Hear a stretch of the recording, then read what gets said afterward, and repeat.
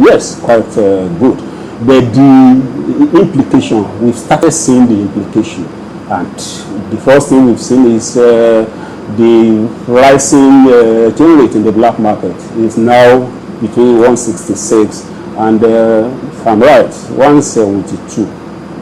This definitely, Nigeria economy is more of an informal sector. People play more in the black market in buying their dollar or for importing.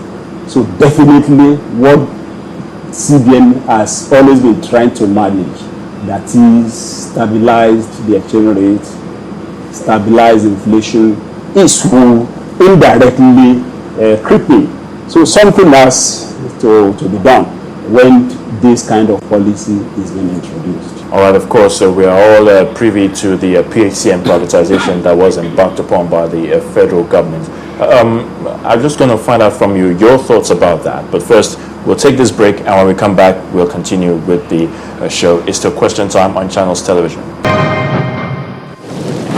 You're welcome back. You're still watching Question Time on the Channels Television. Mr. Remi Bello, the president of the Lagos Chamber of Commerce and Industry, is our guest this week. And quite a lot has already been said. But before we went on the break, I was asking you about the PHCN privatization. Now, we all witnessed the giant strides that were made in the telecommunications sector some few years ago. And the federal government has said that will also be replicated, as regards power. Any hope for Nigerians? Do you see any light at the end of the tunnel, despite the skepticisms? Yeah, thank you very much. The power sector reform, to me, I believe that's the way to go. We've experienced it in telecommunication, and we are even at an advantage on this occasion.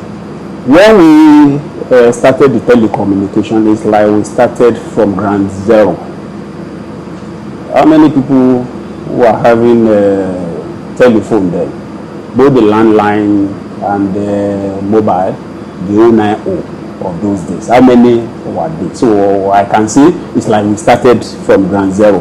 But for the power sector, I want to say we are not starting from ground zero. In the sense that presently we generate electricity, whether by PHCN, whether by your generator. What matters is that we are generating electricity. But at what price? At what cost? That's the question we should ask. We do it inefficiently. So we've got something to compare with. Let's assume, for example, like I as a manufacturer now, I know how much I spend in a month for my energy use. If I'm spending 500,000 a month, including payment to public supply, including my generating electricity, it's 500,000 naira per month. I've got a base rate, which I will want to compare by the time these new investors are now giving me electricity, add to my cost of, because no law will say I shouldn't run my generator. I don't think any law will forbid me from running my generator. If we are supplying me electricity, I had the cost to the cost of running my generator, as long as it's lower to the 500,000 I was spending before. So I'm better off. So that's what I mean, that we have something to compare with, which simply means we are going to an era of reduced cost from the onset. And as we go into it, you will recall when we started the telecommunication, it wasn't the one we started having per second billing. It was so expensive even having the handset in those days. It's everybody that is having a handset now. That is what is going to eventually happen in the power sector too. By the time, there is what is called learning concept. At the onset, there may be these challenges, teething problems. Like in the last 2 months, the power supply has been very erratic, very bad. Yes, it's understood. When you are taking over, when you are transiting from one stage to another, definitely you will have these challenges. What I would just want to advise is that let's exercise some patience. I foresee a better future in power reform. It's the way to go. There is no other way to go about it. We've always been clamoring for privatization. If we get to this stage, all we need is small patience. We will get there. I believe it's the way to go. Now, what's your view on the privatization of refineries as well? Do you think that's a good sign as well? I want to believe so. It's nothing different from what we've been talking about. It's about privatization. It's privatization. If we believe in privatization, you see, government has no business in business.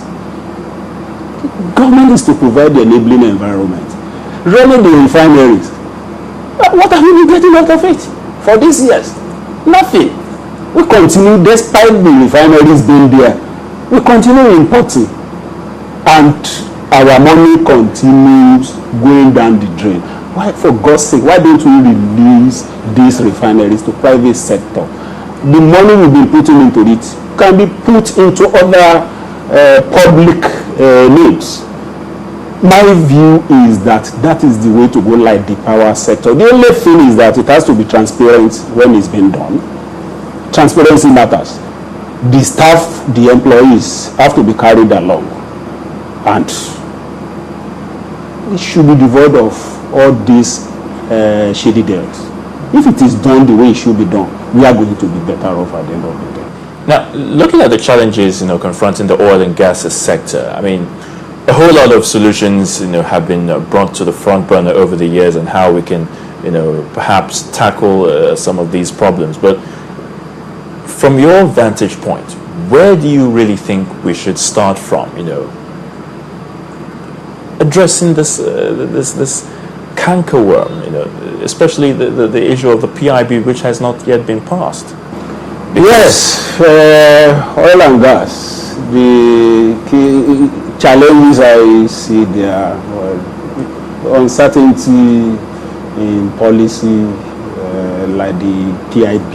Yes, that's another guess. In fact, that is the main. By now, one would have expected the PIB to have been passed, and if this is put in place, oil and gas is a very huge investment efforts. It requires huge investment. You need to be sure of what is going to happen.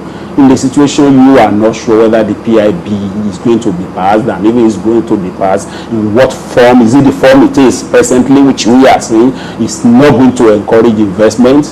That's one of the challenges.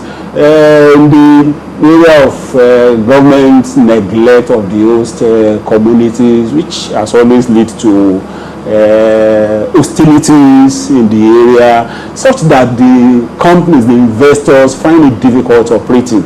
That is a challenge facing the oil and gas. And if you see what is happening with regards to vandalization, oil theft, that's another challenge. The challenges are numerous. These are a few of them. Now, the rate of unemployment keeps increasing, in the country. That has been a big problem for Nigeria in so many years. What do you think is the way out? How do we solve the problem of unemployment? Yeah, thank you very much. Solution to the problem of employment in the country, number one, is to increase the productive capacity of the country. It's as simple as that. Increase the productive capacity of the country, and this moves around what we've been talking about in terms of electricity. Let there be electricity. We've been saying this. If there is energy, you too will agree with me, the whole lot of things that can be achieved, it will run across. You will see the kind of change we are going to have. Like I said, increase the productive capacity of the economy. That's the number one thing. Security situation in the country, improving on it. If this is improved, definitely investors will want to come in. Yes, we're having investors.